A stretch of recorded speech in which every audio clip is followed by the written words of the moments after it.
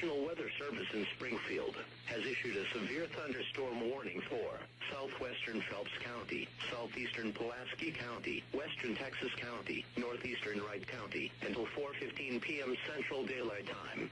At 3:33 p.m. Central Daylight Time, a severe thunderstorm was located 17 miles southwest of Fort Leonard Wood and moving east at 50 miles per hour.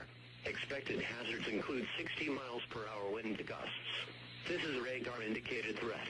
The following impacts are expected: minor tree damage, with limbs up to 1 inch in diameter broken. Locations impacted include Fort Leonard Wood.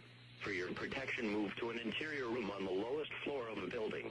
Repeating, a severe thunderstorm warning has been issued until 4:15 p.m. Central Daylight Time for the following counties in Missouri: Phelps, Pulaski, Texas, and Wright.